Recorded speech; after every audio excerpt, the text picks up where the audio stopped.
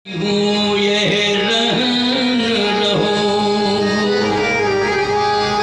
जी कह रहे कबहू की हूँ यह रहन रहो श्री रघुवीर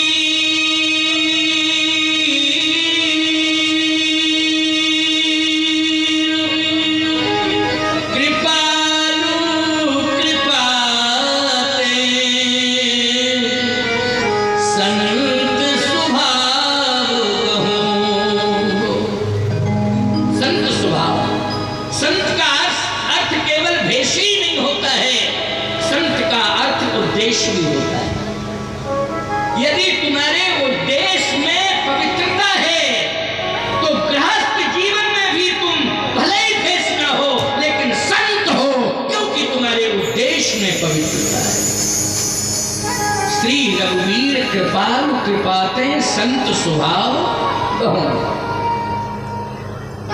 इसलिए स्वभाव साधु जैसा होना चाहिए। साधु का स्वभाव कैसा है? साधु का स्वभाव है परोपकार करना। पर उपकार वचन मन काया, पर उपकार वचन मन काया, पर उपकार वचन मन काया, पर उपकार वचन मन काया। संत सहज स्वभाव ठहराया, संत सहज स्वभाव ठहराया, पर उपकार वचन मन काया। मन वचन कर्म से साधु परोपकार करने का भाव रखता है। मन वचन कर्म से परोपकार परोपकार परोपकार। अष्टादश पुराणेषु व्यासस्य वचनद्वयं परोपकारः पुण्याय पापाय परपीडनम्। परहित सरिस धर्म नहीं भाई, परहित सरिस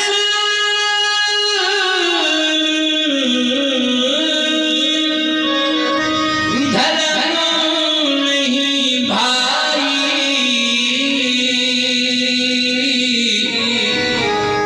पर पीड़ा सम नहीं अधमाई। परहित सरिस धर्म नहीं भाई, परोपकारी भावना होनी चाहिए। दूसरे का हित करने का भाव मन में आना चाहिए। दूसरे के कल्याण की विचारधारा तुम्हारे जीवन में होनी चाहिए, तभी तुम्हारा जीवन सार्थक है, नहीं तो निरर्थक जीवन है। आज सरस्वती जी ने कहा यदि प्रभु की इच्छा है तो प्रभु की इच्छा में हम अपनी इच्छा मिलाएंगे। भगवान की अगर इच्छा है तो बताओ भैया, सरस्वती किसकी इच्छा से आई है आज अयोध्या में? भगवान की इच्छा से। अच्छा, भगवान की इच्छा से आई। ब्रह्मा जी ने कहा कि मंथरा जो है मंद बुद्धि वाली है, लेकिन वो कैकेयी की दासी है। जब मंथरा अगर प्रभावित हो जाएगी तो निश्चित है वो कैकेयी को प्रभावित कर देगी। देखो, इस कथा से ये भाव मत लेना, मत आओ बहन बेटियों, कि निश्चित रूप से मंथरा ने जो किया है भगवान की इच्छा से किया है। तो वो त्रेता की मंथरा थी, एक मंथरा थी, लेकिन मंथरा जैसा तुम्हें बनना नहीं है,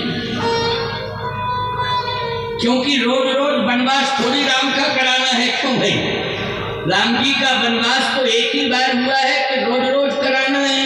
नहीं नहीं, ये श्री राम के लिए मंथरा आज रोल अदा कर रही है, लेकिन तुम्हें किसी भी गांव में रह करके मंथरा जैसी प्रवृत्ति नहीं अपनाना। मंथरा का चरित्र जो है समाज के लिए बहुत बड़ा हितकारी नहीं है। हाँ, त्रेता के लिए राम की इच्छा से वो त्रेता की एक मंथरा जिसने एक बार राम को वन भेजने में अपनी अहम भूमिका निभाई है, लेकिन हर रोज मंथरा जैसी प्रवृत्ति लेकर के किसी घर में रहा जाए तो पूरा घर बर्बाद हो जाएगा, पूरा घर बर्बाद हो जाएगा। सावधान।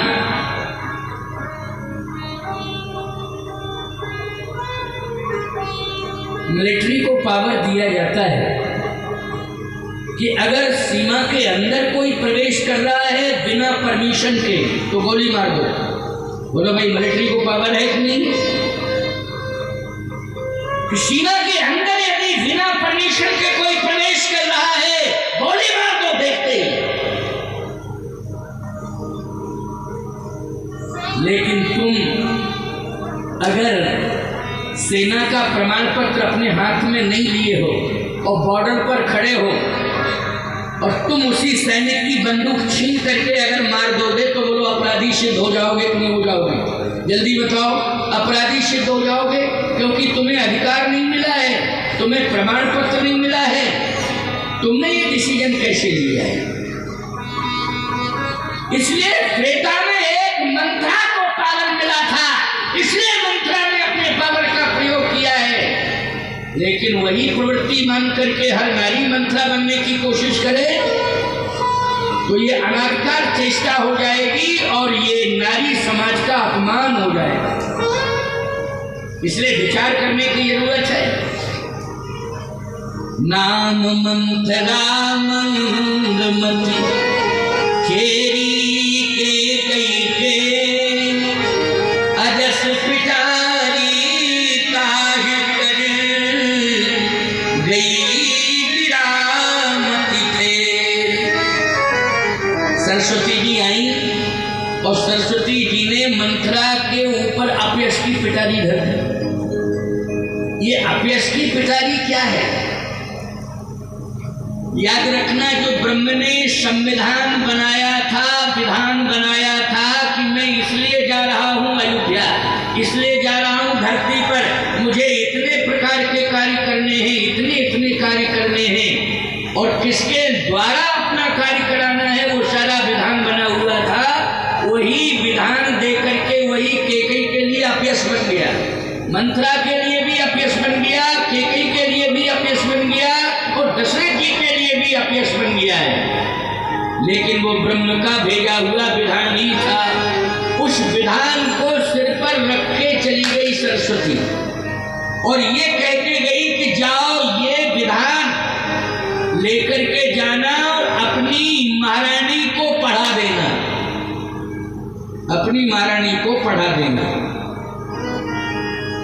इसलिए अजस पिटारी ताही कर गई गिरामती थे। अब जैसे ही मंथरा के सिर पर ये बोझ आया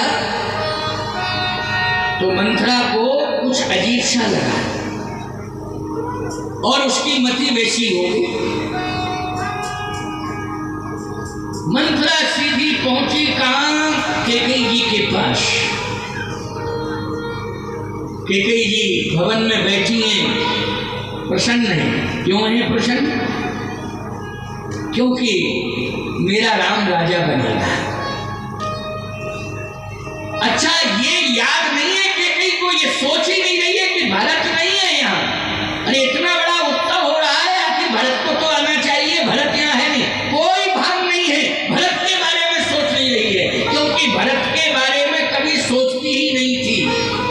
जितना भी सोचती थी कैकेयी राम के बारे में सोचती थी।